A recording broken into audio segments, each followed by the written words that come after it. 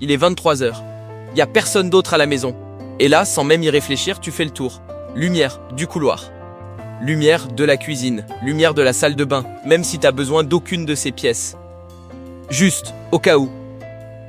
Devine quoi? Tes ancêtres faisaient exactement la même chose. Sauf que eux, ils n'avaient pas d'interrupteur, ils avaient du feu. Plusieurs disposés tout autour du campement. Et ce réflexe, allumer plus de lumière que nécessaire, juste pour être sûr, il est beaucoup plus vieux que tu crois.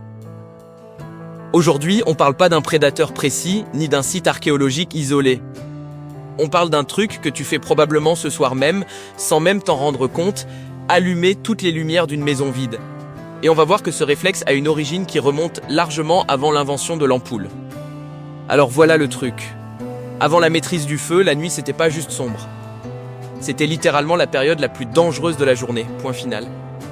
Grands félins, hyènes, tous ceux qui voient largement mieux que l'humain dans le noir chassaient activement pendant que nous, on était quasiment aveugles et sans griffes. Aucun avantage sensoriel, aucune arme naturelle. Juste de la vulnérabilité pure. Résultat, les individus les plus prudents, une fois la nuit tombée, avaient statistiquement plus de chances de voir le lendemain matin. C'était pas une peur irrationnelle comme on le dit parfois aujourd'hui. À l'époque, avoir peur du noir, c'était littéralement la seule attitude intelligente possible. Sauf qu'à un moment, l'espèce trouve une parade. Le feu repousse les prédateurs effrayés par les flammes et il donne de la lumière. Ça, on en a déjà parlé dans un épisode précédent. Ce qui est plus surprenant, c'est que cette histoire s'arrête pas du tout à la préhistoire. Avance de plusieurs dizaines de milliers d'années. Direction Paris, 1667. Le roi vient de créer un poste tout neuf, lieutenant général de police, et nomme à sa tête un certain Nicolas de la Reynie. Sa toute première grosse décision, installer des lanternes dans les rues de la ville, une tous les 20 pas environ. Pourquoi cette urgence? Parce que dans une ville plongée dans le noir total la nuit, les agressions et les embuscades explosaient. Les habitants eux-mêmes réclamaient ces lanternes par pétition de quartier, prêts à payer de leur poche pour ça. Littéralement le même problème que nos ancêtres, juste à une autre échelle. Le noir cache le danger. La lumière le repousse. Et Londres? Elle a traîné les pieds pendant plus d'un siècle.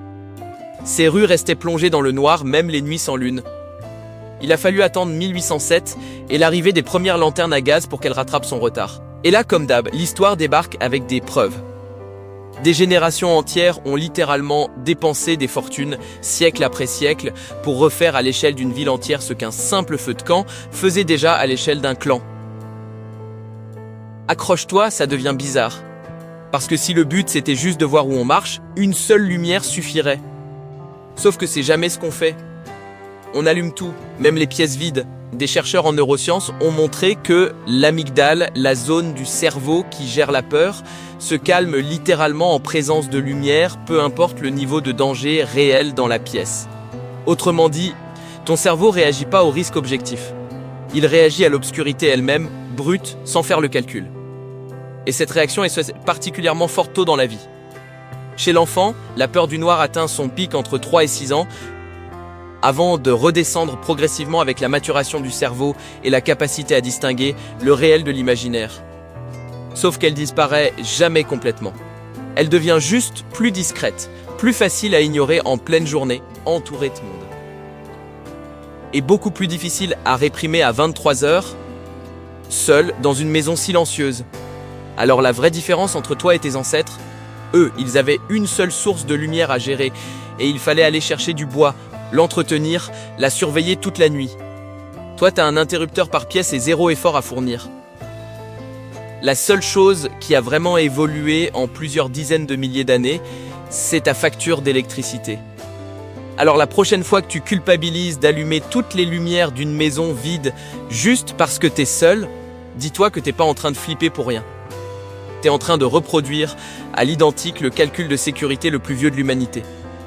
La seule vraie différence, c'est que ton feu à toi, il s'allume d'un doigt et qu'il éclaire un couloir vide au lieu d'un campement entier. Le feu n'a jamais vraiment cessé de veiller sur nos nuits. Il a juste changé de forme. Et c'est comme ça que le feu n'a jamais failli s'éteindre. À la prochaine sur le dernier feu. Si cette histoire t'a plu, abonne-toi. Ça coûte rien, et contrairement au feu de nos ancêtres, tu risques pas de devoir aller chercher du bois pour l'entretenir.